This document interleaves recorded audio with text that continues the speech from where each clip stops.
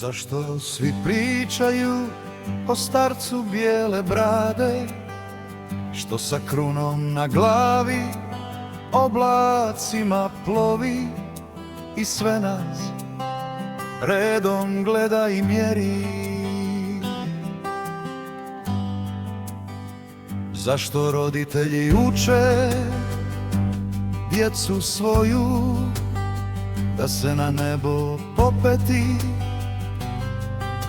moraju, da bi tek onda susreli tebe,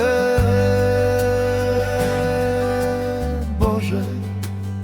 Zašto nam nisi svima jednostavno objavio da si od postanka svijeta za prijestolnicu svoju umjesto oblaka srca naša izabrao, i da je samo korak jedan između raja i pakla, i da ih dijele samo jedna pred tobom,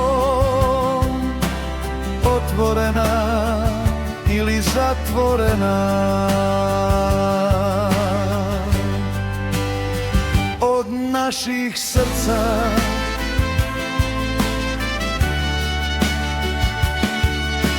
vrata.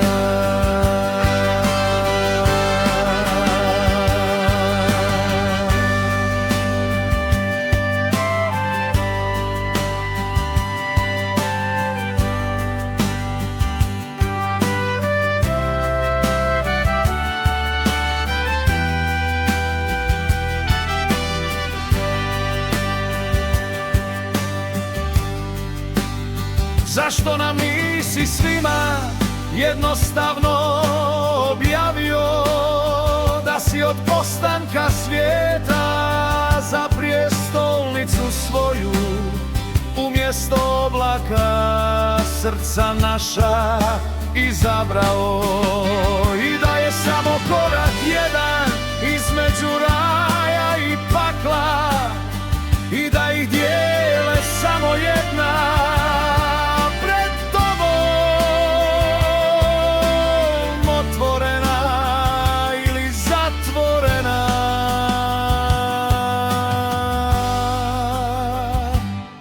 naših srca.